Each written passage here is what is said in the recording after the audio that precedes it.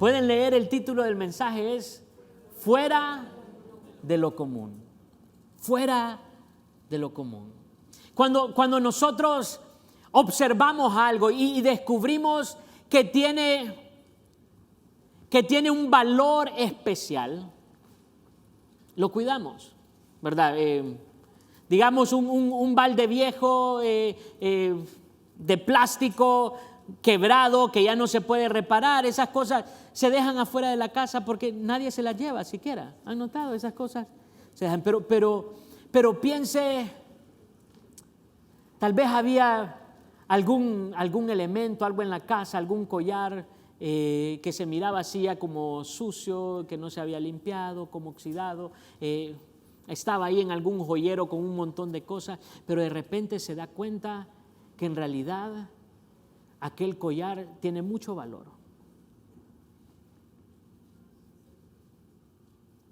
No solamente de oro puro, sino que le pertenecía a la abuela, que se lo había dado la bisabuela, que se le había dado la tatarabuela, ¿verdad? Y aquel collar va agarrando mucho más valor a medida vamos descubriendo. Y ahora lo vamos a dejar así en ese mismo joyero, así con todo lo demás, con lo de fantasía fina, así le dicen, ¿verdad? Fantasía fina. Lo vamos a poner en un lugar especial, lo vamos a cuidar, vamos a valorarlo de otra manera. Entonces, cuando podemos observar con atención, cuando podemos descubrir el valor de algo, eso nos impulsa a cuidarlo, ¿verdad? Proporcionalmente al valor que le encontremos, así vamos a cuidar aquello que hemos descubierto. Y estábamos precisamente hablando de la educación en Honduras, hablando de nuestros niños y nuestros adolescentes. Y este mensaje va dirigido para los padres, los que somos padres naturales como los que somos padres espirituales, los que tenemos aquella responsabilidad sobre otros. Así que le voy a invitar de inmediato que me acompañe a Éxodo, el libro de Éxodo en el capítulo 2. Y vamos a leer desde el verso 2. El verso 1 solamente nos dice, habían un hombre y una mujer hebrea que se casan. Y dice el verso 2, ahí lo tiene en pantalla, dice, la mujer quedó embarazada y dio a luz un hijo. Al ver que era un niño excepcional, lo escondió durante 3 meses. ¿Qué es lo primero que esta mujer hace? Bueno, dar a luz, ¿verdad? Quedó embarazada, dio a luz. Pero al nacer este bebé, ¿qué es lo primero que ella hace? Es ver a aquel niño. Ahora, sí quiero agregar una nota acá, en especial para los que somos padres. ¿Cuántos somos padres naturales? Hemos tenido bebé en casa. Levante la mano, pero con orgullo, así como... Veo algunos que ya tienen muchos años, ya son abuelos, ¿verdad? Tal vez se les está olvidando, pero a mí no se me olvida mucho esos primeros días de ser padre. Yo recuerdo, yo he sido así un poco lento y quizás es más común en los hombres que somos un poco lentos, pero yo recuerdo que a mí costó, como decimos los hondureños, que me cayera el 20, me costó entender que yo era papá. Porque vino el embarazo y que habían las citas médicas y que después preparar todo. En la última cita fue que nos dijeron, mañana va a ser el parto, ¿verdad? Porque lo iban a inducir el parto y nosotros corriendo, don Julio me fue a ayudar a armar la cuna porque no teníamos ni la cuna lista y entonces así nos agarró la vida, ¿verdad? De un solo y después el bebé en la casa y se acuerdan lo que es tener un bebé en casa. Yo me acuerdo que esos primeros días me acostaba 20 minutos en un sofá, había puesto así los cojines para acostarme 20 minutos y a los 20 minutos ya Rutita me decía, te toca a vos, y ya así uno entre dormido, ¿verdad? Iba a cuidar y aquello que... Y recuerdo que habían pasado semanas, no sé si quizás meses, y un día cambiándole el pañal a Josué, lo quedé viendo Así eran las canitas, ¿se acuerdan eso? Y uno hasta decía, ¿y si irá a engordar algún día? Porque sí, y ahí me cayó y dije, este niño es mi responsabilidad. Pero hasta ahí, meses después o semanas después, este niño es mi responsabilidad. Y fue un gran susto, fue un gran miedo que me entró. Pero lo que quiero decir, lo difícil de esto es que viene el bebé, pero no es como que la vida se detiene. Todo es adicional al trabajo, a los estudios, al tráfico, ¿verdad? Entonces solo es que se agrega todo este montón de responsabilidad y los padres vamos, ¿verdad? Y hay que darle comer y hay que cambiar pañales y hay una rutina para dormir porque si no, no duerme y vamos aprendiendo aquella cosa. Y en medio de todo eso, es bien difícil detenerse para ver. Pero para nosotros como padres es esencial que nos detengamos y que veamos, porque así es como inicia esta diferencia. Así es como inicia esta historia, este momento. Esta es la historia de Moisés. Son los padres de Moisés y dice, al ver que era un niño excepcional, lo escondió durante 3 meses. Todo esto se da en medio de un ambiente hostil. ¿Qué había sucedido? José, que había sido el segundo del faraón, le dijo el faraón, solo yo en mi trono seré más grande que tú. Tendré más poder, más autoridad que ti. Y después de eso comienza a crecer el pueblo hebreo, se empieza a multiplicar en la tierra de Egipto. Y viene un faraón que no conocía todo lo que José había hecho. ¿Y qué sucede? Él ve al pueblo del Señor como una amenaza. Y le dice a 2 parteras, le dice, cuando nazca un varón, lo matan. Y las parteras se rehúsan a seguir ese mandato. Entonces después, aquí tenemos el último versículo del capítulo 1 de Éxodo. Y dice, entonces el faraón dio la siguiente orden a todo su pueblo. Ya no eran solamente las parteras, ahora es todo su pueblo. Tiren al río Nilo a todo niño hebreo recién nacido, pero las niñas pueden dejarlas con vida. Y es que los hombres somos necesarios. Somos esenciales. Las madres son irreemplazables, por supuesto. Pero en esta ocasión, y Dios lo entiende, los hombres somos esenciales. Y para que se dé el plan de Dios, esa idea original de Dios, que es multiplíquense, fructifiquen, llenen la tierra y sojúzguenla, gobiernen sobre ella, se necesita a los hombres para poder multiplicarse, fructificar, prosperar en aquella tierra. Así que en medio de este ambiente hostil, amenazante en contra de las nuevas generaciones, la diferencia es una madre con los ojos abiertos. Ella ve al niño y sabe reconocer algo especial en él. De hecho, la carta a los hebreos nos habla precisamente de esto. Quiero que me acompañen a Hebreos 11. Hebreos nos aclara que no fueron los ojos físicos los que miraban a aquel niño. Y ustedes lo conocen, ¿se acuerdan? Hebreos 11:1. Ustedes se saben este pasaje. Hebreos 11:1, ¿me ayudan? Es pues la fe, la certeza de lo que se espera, la convicción de lo que no se ve. Y este pasaje lo llamamos de los héroes de la fe, porque después de esta descripción, de esa certeza de lo que se espera, de esa convicción de lo que aún no se puede ver, empieza a enumerar entonces todas estas situaciones. Ahora, es bien importante que entendamos la fe, que entendamos lo que es ver con los ojos de la fe. Porque hay muchos críticos en nuestro tiempo y yo no dejo de estar en acuerdo con ellos.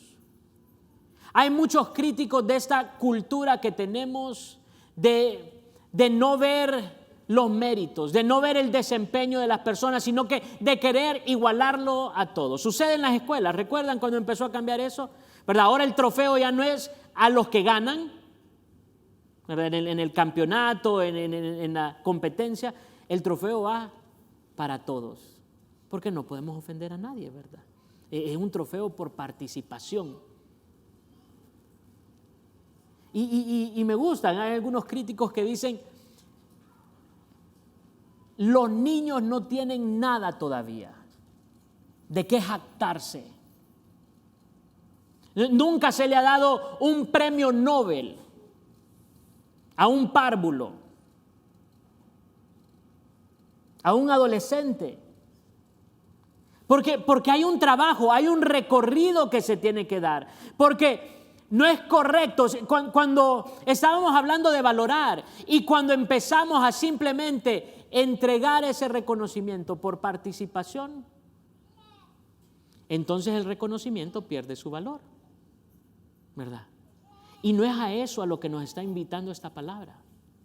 Esta palabra nos está invitando a ver con los ojos de la fe. ¿Y qué es la fe? La fe es la certeza de aquello que aún se espera.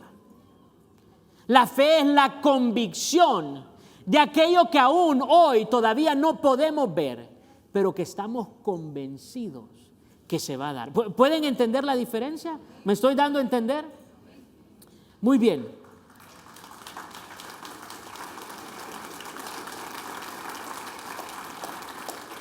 Y dice este pasaje, hablando de la fe, hablando de la historia de Moisés, pero no es Moisés quien tiene esta fe. Dice, fue por la fe, verso 23, lo tenemos en pantalla. Fue por la fe que cuando nació Moisés, sus padres lo escondieron durante 3 meses. ¿Qué hicieron los padres? Vieron que Dios les había dado un hijo como fuera de lo común. Vieron que Dios les había dado un hijo fuera de lo común y no tuvieron temor de desobedecer la orden del rey. Esa mirada de fe, ese descubrir ese algo, descubrir eso fuera de lo común en sus hijos, es lo que le viene a dar valor a sus padres. Porque valoran más lo que han descubierto en ese hijo que la amenaza que tienen a su alrededor. Así que eso les da valor para enfrentar, para oponerse a los dictámenes de muerte, inclusive del rey. El mismo rey, el mismo faraón que hoy quiere amenazar a nuestras generaciones. Pero nosotros vemos con otros ojos, nosotros vemos con ojos de la fe. Y es que es esencial para nosotros desarrollar una cultura de reino. Y esto depende de que la misma sea primero infundida en nuestras familias. Dios desea que nuestros hogares sean como palacios, escúchenme bien. Dios desea que nuestros hogares sean como palacios donde nuestros hijos sean llamados, entrenados y equipados para caminar en sus destinos proféticos, en aquello que Dios ha visto, en esa mirada de fe. No quiere decir esto que nuestras casas tengan que ser costosas, lujosas, inclusive que la propiedad tenga que ser nuestra. No, sino que necesitan ser lugares que nos recuerden nuestro destino profético y que lo cultiven en nosotros y a través de nosotros.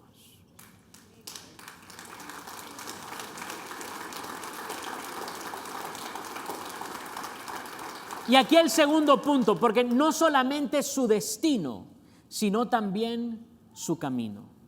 Dice Éxodo 2:3. Cuando ya no pudo ocultarlo más. Recuerdan, lo primero es, vio que era un niño excepcional y decidió ocultarlo por 3 meses. Luego el verso 3, cuando ya no pudo ocultarlo más, tomó una canasta de juncos de papiro y la recubrió con brea y resina para hacerla resistente al agua. Después puso al niño en la canasta y la acomodó entre los juncos a la orilla del río Nilo. Uno de los mayores retos de los padres es dejar ir a nuestros hijos. ¿Algún amén? ¿Vemos las amenazas? Hemos visto el valor de ellos, reconocerlos, y nuestro instinto es cuidarlos, protegerlos. Entonces se vuelve uno de nuestros mayores retos el dejarlos ir. Y pensamos, pero es que nadie lo va a cuidar como yo. Si es que ni calentarse la comida puede. Llega de noche porque ya trabaja. Se graduó de la U y ya trabaja. Y llega tardísimo, entonces yo le tengo que ir a calentar. Porque ni el micro él sabe usar, fíjese. Amén. Aleluya. Está hablando el Espíritu Santo a alguien aquí. Amén. Me alzaron una valiente mano en esto. Más, esta narrativa, en especial esta narrativa de Moisés, muestra con fuerza y claridad un principio universal. Presta atención, un principio universal de la crianza de los hijos. La única forma de salvarlos, escúcheme con atención, la única forma de salvarlos, verdaderamente garantizar su vida, es dejándoles ir, seguir su camino. Lo voy a repetir porque parece que o no me escucharon o no les gustó, así que lo voy a repetir. Dice, esta narrativa muestra con fuerza y claridad un principio universal de la crianza de los hijos. La única forma de salvarlo, verdaderamente garantizar su vida, es dejándoles ir, dejándoles seguir su camino.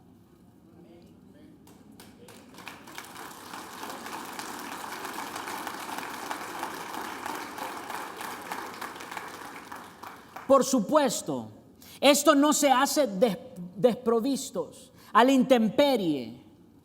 Se les prepara para este momento. Esta madre preparó esa canasta de juncos de papiro. Le puso resina y brea, ¿para qué? Para protegerla del agua. La amenaza estaba en el agua. La muerte estaba en que esa agua llegara al interior. Y esta madre prepara esa canasta y le pone brea. Pero siempre, siempre soltarlos, dejarlos ir para salvarlos, es un acto de fe.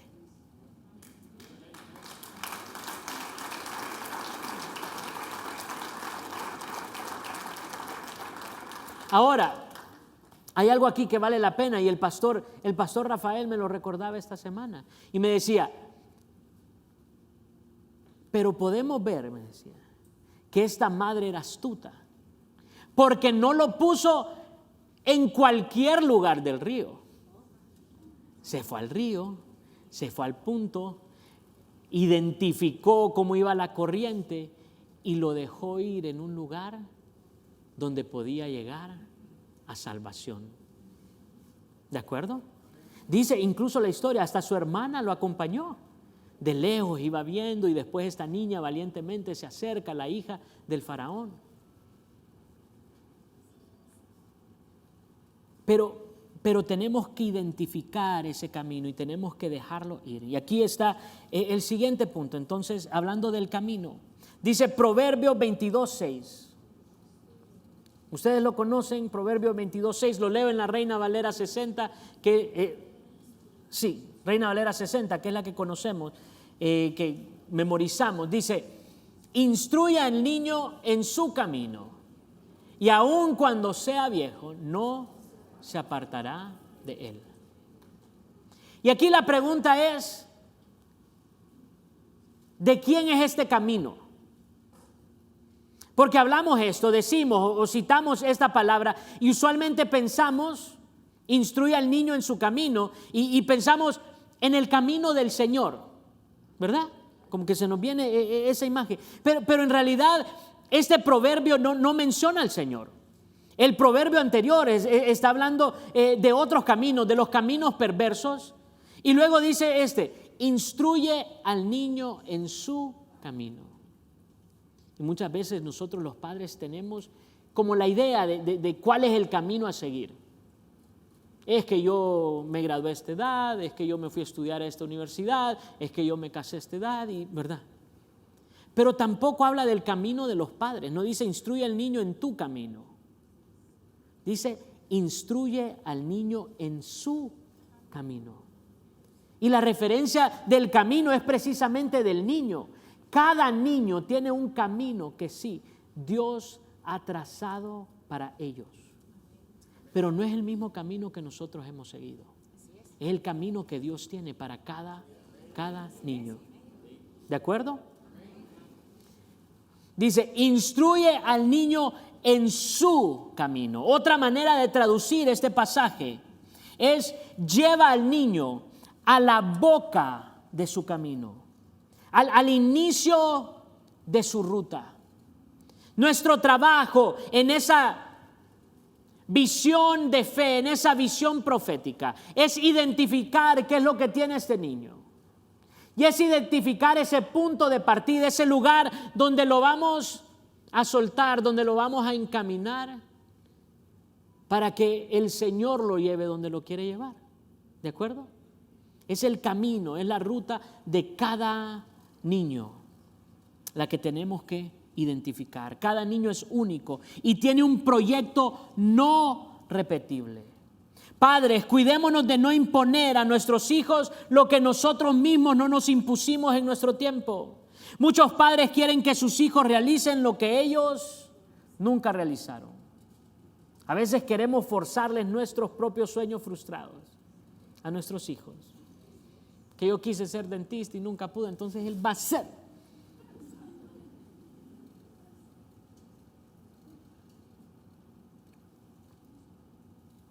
Y luego dice, y aún cuando fuere viejo. Y aún cuando fuere viejo no habla de estar ya encorvado, ya de años, sino que la frase en realidad es cuando tenga barba.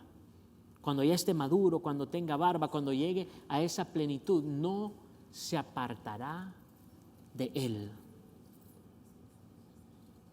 No es fácil descifrar estos caminos.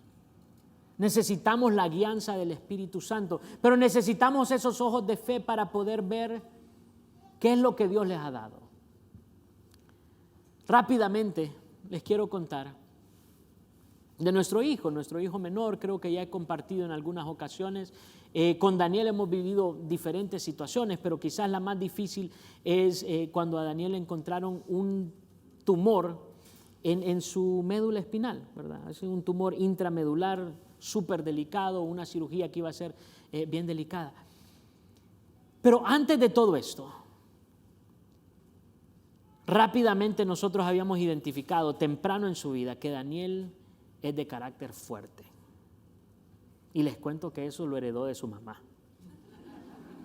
Lo dije en la primera y Rutita estaba aquí. No gritó amén, pero sí le hizo así por lo menos. Asintió de que era cierto. Pero ustedes, algo difícil para nosotros como padres. Cada hijo es único, ¿verdad? Y con Josué pues habíamos tenido cosas que no funcionaban en cuanto a disciplina y todo. Y después viene Daniel de carácter fuerte. Por donde él dice, por ahí va, ¿verdad? Y cuando él tenía expectativa de algo y le salimos por otro lado, trabado.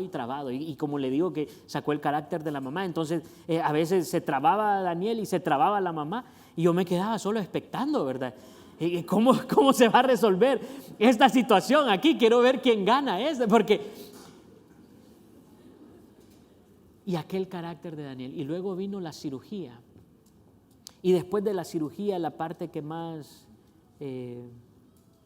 más difícil quizás para nosotros, porque le iban a tocar los nervios que controlan todo su cuerpo, el funcionamiento automático de su cuerpo como el funcionamiento consciente, y cualquier cosa podía suceder después de eso. Y venía un tiempo de terapia intensiva, y cuando Daniel salió de la cirugía, este bracito tenía mucho dolor, no tenía mucha sensibilidad al calor, al frío, y no tenía mucha movilidad. Él no tenía conciencia de dónde estaban sus piernas.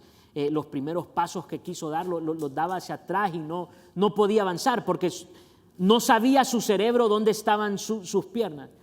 Y comenzó aquel proceso difícil de terapia, pero Dios le había dado un carácter a Daniel precisamente para enfrentar tiempos difíciles.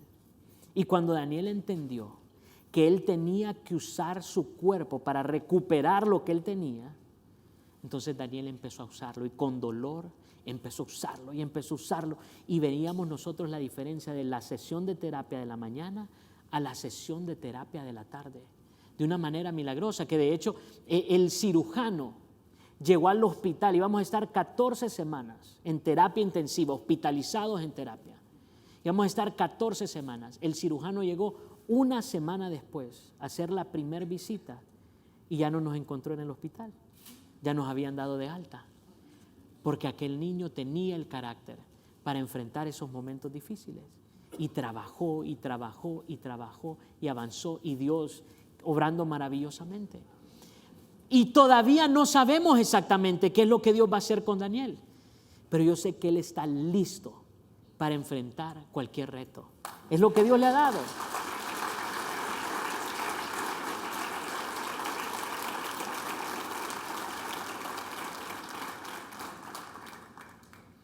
Así que miramos con esos ojos de la fe, miramos más allá, vemos qué es lo que Dios está haciendo, por qué Dios ha dado estas cosas que son tesoros en nuestros hijos. Y continuamos, y después pedimos guianza para ver cuál es su camino, a qué lo quiere llevar el Señor, a dónde lo quiere llevar el Señor. Y por último, entonces, quiero hablar de esa palabra profética. Una vez vemos lo que Dios ve, entonces hablamos los dichos de Dios sobre nuestros hijos. Y aquí un buen caso es el caso de Saúl. Saúl llegó a ser el primer rey de Israel. El pueblo del Señor, que había estado bajo la guianza del Señor, ahora ha pedido un rey. Y Saúl pues era un adolescente. Cuenta la palabra que era un hombre, un adolescente, un joven alto, guapo,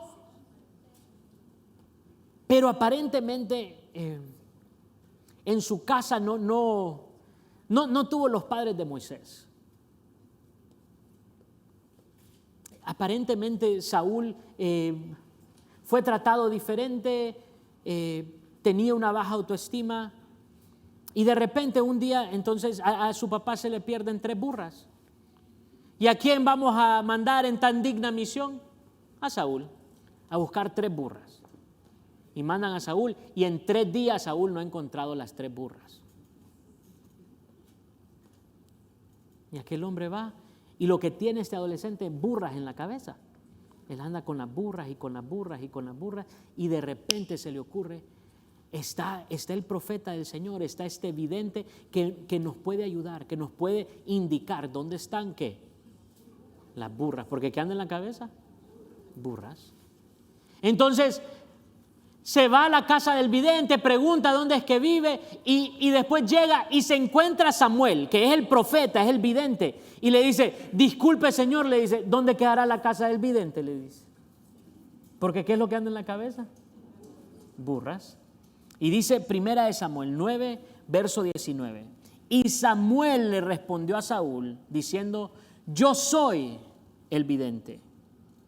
Y le dice, sube delante de mí al lugar alto y come hoy conmigo, y por la mañana te despacharé y te descubriré, escuchen con atención, todo lo que está en tu corazón. Y aquí empieza esa transformación, un proceso con este muchacho. Y le dice, y de las asnas que se te perdieron hace ya 3 días, pierde cuidado de ellas, porque se han hallado. Más, y escuche el poder de esta pregunta, ¿para quién es todo lo que hay de codiciable en Israel? Sino para ti y para toda la casa de tu padre. Él anda con burras en la cabeza, pero el profeta le presenta una pregunta. ¿Por qué? Porque Dios ya le había revelado al profeta, va a llegar este muchacho pidiéndote ayuda con las burras, pero él es quien yo he escogido para gobernar a Israel. Pero la respuesta de Saúl refleja lo que él pensaba de él mismo. Y dice el verso 21, Saúl respondió y dijo, ¿no soy yo hijo de Benjamín, de la más pequeña de las tribus de Israel? Y mi familia no es la más pequeña de todas las familias de la tribu de Benjamín. ¿Por qué pues me has dicho cosa semejante? Pero el profeta continúa y le empieza a profetizar todo lo que le va a suceder, y cuando llegas a cierto lugar vas a encontrar unos hombres profetizando, y cuando estés con esos hombres, le dice el verso 10, el capítulo 10, el verso 6 de Primera de Samuel, dice, entonces el Espíritu de Jehová vendrá sobre ti con poder y profetizarás con ellos y serás mudado en otro hombre.